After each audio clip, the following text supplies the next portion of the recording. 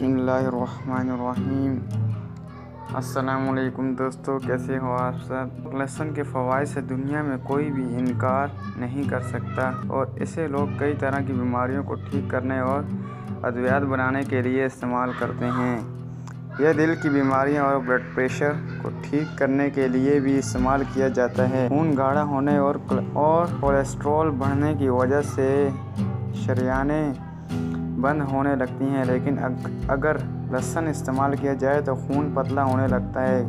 कई मुआलिजीन का मानना है कि लहसुन मैदे, फूलों, मसाने, फेफड़ों और छाती के कैंसर के लिए भी बहुत मुफीद है।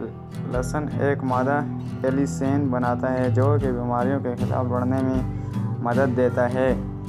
अगर आप भी लहसुन से भरपूर फ़ायदा उठाना चाहते हैं तो लहसुन की एक टोड़ी को 30 मिनट तक अपने मुंह में रखें और इसे चूसते रहें। अगर चाहें तो इसे चबा भी सकते हैं और 30 मिनट तक मुंह में रखने के बाद इसे थूक दें। जैसे जैसे ये आपके थूक में शामिल होकर मादे में जाएगा और खून में मिलेगा, वैसे वैसे आप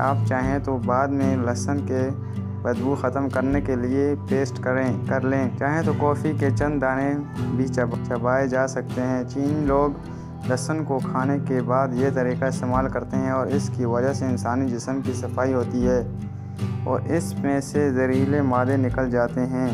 ये तरीका खून, गुर्दों, फेफड़ों और मादे को साफ़ करके दिल को मजबूत करता है और साथ ही हमारी भूख बढ़ाने के साथ मुदाफ़ती निज़ाम को तक़वियत देता है। अगर आपको शदीद खांसी या गुर्दों में पथरी की शिकायत हो तो ये तरीका इलाज ज़रूर आजमाएं। शुक्रिया दोस्तों। अगर आपको हमारी वीडियो अच्छी लगी हो तो हमारे चैनल को सब्सक्राइब करें और हमारी वीडियो को लाइक करें। शुक्रिया।